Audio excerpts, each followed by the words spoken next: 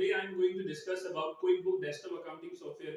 QuickBook Desktop Accounting Software हो या cloud हो, इन दोनों की जो है अगर आपके पास स्किल सेट है और आप सॉफ्टवेयर के बारे में जानते हैं और आपको बुक कीपिंग अकाउंटिंग की नॉलेज है, तो आप फ्रीलांसिंग में इसको यूज कर सकते हैं।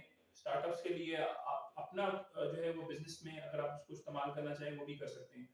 तो अगर आप अकाउंटिंग और फाइनेंस के स्टूडेंट हैं, प्रोफेशनल हैं, तो आपके लिए क्विक एक एडिशनल स्किल सेट होगा, उसको आप फ्रीलांसिंग में यूज कर सकते हैं।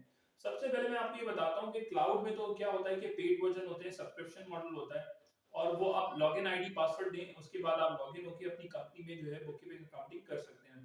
और उनके सर्वर पे डेटा होता है, सब्सक्रिप्शन मॉडल होता है, हर महीने या एनुअली बेसिस के ऊपर आपको सब्सक्रिप्शन मनी जो है और सब्सक्रिप्शन जो है वो पे करनी होती है क्विक बुक को। तो उन्हीं के सर्वर पे डाटा स्टोर हो रहा होता है और आप जो है वो कहीं से भी बैठ के उसका एक्सेस कर सकते हैं अगर आपके पास इंटरनेट है। तो आप यहाँ अगर आप यूएसए क्लाइंट्स को सर्विसेज देना चाहते हैं बुक कीपिंग की, अकाउंटिंग की, तो quick book cloud best software है, अगर आप उसको दे सकते हैं, उसमें आप जो है अपनी सर्विसेज ऑफर कर सकते हैं उनको। तो आपको क्लाउड वर्जन भी आना चाहिए, डेस्कटॉप भी आना चाहिए। फिल वक्त मैंने डेस्कटॉप सॉफ्टवेयर के लिए पूरी जो है रिकॉर्डिंग कर ली है और पूरा कोर्स तैयार कर लिया है, जिसमें हम ये सीखेंगे कि quick book desktop accounting software में सॉफ्टवेयर कैसे इंस्टॉल किया जाता है और इसके अलावा इसमें कंपनी कैसे क्रिएट की जाती है। अब मिसाल के तौर पे अगर मेरे ट्रेडिंग बिजनेस है तो मैं कंपनी कैसे क्रिएट करूंगा, उसमें कंपनी का नाम, उसका स्टेटस, कि सोल प्रोप्राइटर है, प्राइवेट लिमिटेड कंपनी है, उसका एड्रेस, उसका सेक्टर, इंडस्ट्री, सारी चीजें डालने के बाद, उसका फाइनेंशियल ईयर डालने के बाद टैक्स ईयर आपको इनकॉर्पोरेट करना पड़ेगा। इस कोर्स में हम बिल्कुल स्क्रैच से स्टार्ट करेंगे कि कंपनी कैसे क्रिएट की जाती है, प्लस ये कि उसके अंदर इन्वेंट्री की सेटिंग है, फाइनेंशियल और टैक्स ईयर की सेटिंग है, वो कैसे की जाती हैं।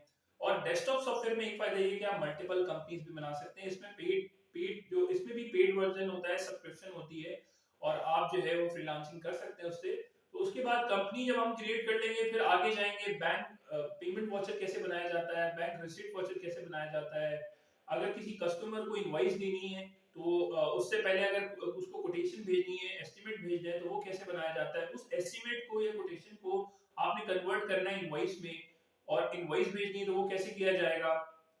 ट्रायल बैलेंस कैसे एंटर करते हैं, चार्ट ऑफ अकाउंट कैसे क्रिएट करते हैं। शुरू में नॉर्मली हम क्या करते हैं, अगर कोई दूसरे इस सॉफ्टवेयर पे आ रहा है तो उसको ट्रायल बैलेंस डालना पड़ता है एज क्लोजिंग बैलेंस, तो फिर वो ओपनिंग बैलेंसेस बन जाते हैं। देन उसको चार्ट ऑफ अकाउंट वगैरह क्रिएट करने के बाद उसमें नॉर्मल बुक कीपिंग की जाती है।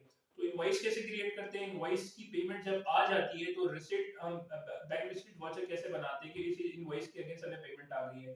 तो इसी तरह अगर आपके पास इन्वेंट्री आ रही है तो आप इन्वेंट्री का आइटम कैसे क्रिएट करेंगे, आइटम इसमें क्रिएट करना मैं आपको सिखाऊंगा। इस कोर्स में आइटम कैसे क्रिएट करेंगे ये भी बताऊंगा, और उसमें कॉस्ट ऑफ गुड्स सोल्ड से उसको लिंक कराना, और जब वो आइटम सेल होगा तो उसको सेल से लिंक कराना। और उसमें जो है आप बैलेंस भी डाल सकते हैं कि बैलेंस ऑन हैंड आपके पास कितना है, और आइटम क्रिएट कर सकते हैं।